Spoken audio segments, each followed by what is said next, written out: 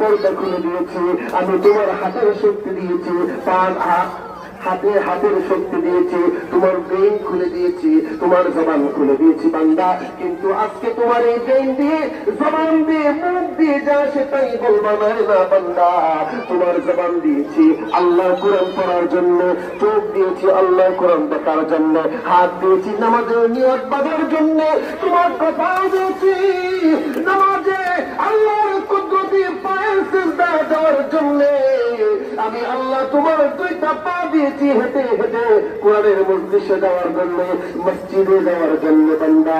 কিন্তু তোমার এই দুই পা দিয়ে তুমি যাও সিনেমা হলে, তুমি যাও নর্তকের আসরে, তোমার হাত দিয়া বেগানা নারীদেরকে স্পর্শ করো, তোমার চক্ষু দিয়া তুমি বেগানা নারীদেরকে দেখতেছো, তোমার জবান দিয়ে বেগানা নারীদের সঙ্গে রাত প্রেমের আলাপ করতেছো বান্দা। তোমরা মনে করেছো আমি আল্লাহ দেখি না।